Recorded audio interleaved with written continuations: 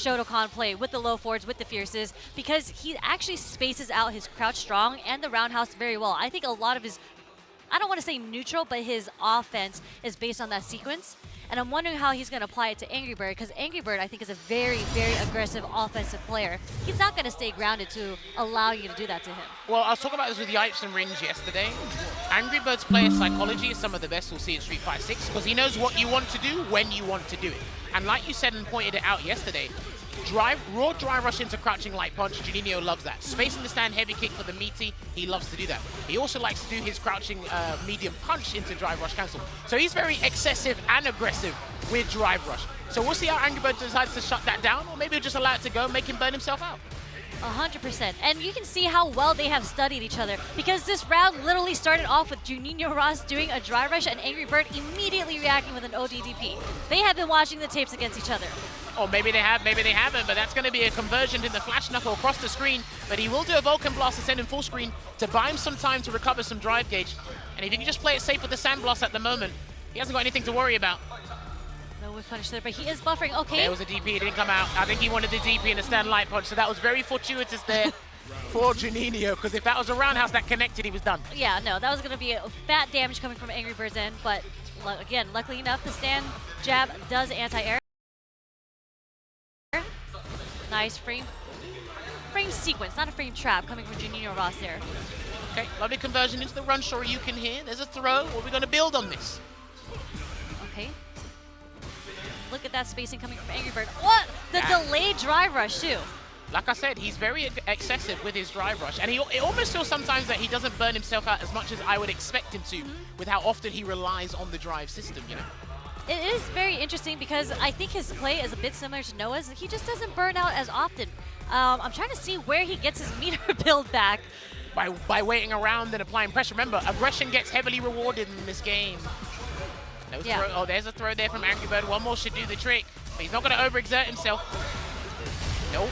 Wasn't going to work. The only way to get out of that was going to cancel into a level 3, but I don't think most players are used to that scenario yet after a drive rush cancel. Yeah, and also, no punish there. Jabs didn't connect to the punish, the throw. Okay, sprinkling with a lot of light chains. I wonder if Angrybird's going to realize that Juninho, was able to sprinkle enough to get the burnout on Angrybird. If Juninho can get a level 3, this is a good spot for him. Yeah, I'm trying to see if Angrybird would press a heavy or something, and he reacted to the charge flash knuckle with a Shoryu rep part. Yeah, he's scratching his head because that's a bad choice, and he's burnt out. And Angrybird, it's not going to be a freebie, but it's going to be difficult. And that would have been the sickest flash knuckle of the tournament. But he's going to get a Pale Rider here to replenish as much drive gauge as possible here, Sherry. He's still in a tough spot. Tough spot, but he did even out the health just a little bit. And if he's able to keep Angrybird from not being offensive, he is going to get his meter back, but no, the Shimmy Fierce is going to take it, but it's not enough to kill. Watch out for the DI if he even tries to threaten it here, Angrybird, but he's just going to do another grab, and that's going to close it out for game 1 here. Now, Juninho, like you said, statistically speaking, he's in a very interesting position. If I was him, I'd go for the dub, but losing to Angrybird is not a bad thing. Why? Because he has a better chance of beating his other opponent.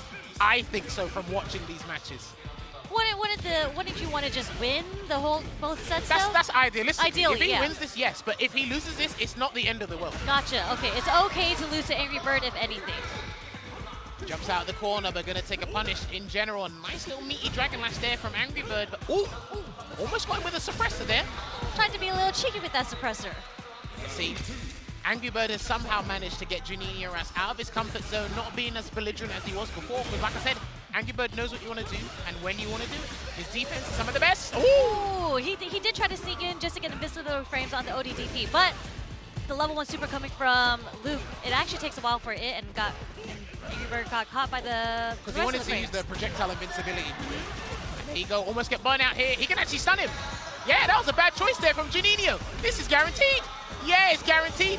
A solid 2-0 victory here to Angrybird against Juninho Ross. Again, he's had a great 2 days here, but you do not want to ruin your momentum you've had over the past 2 days in the final day.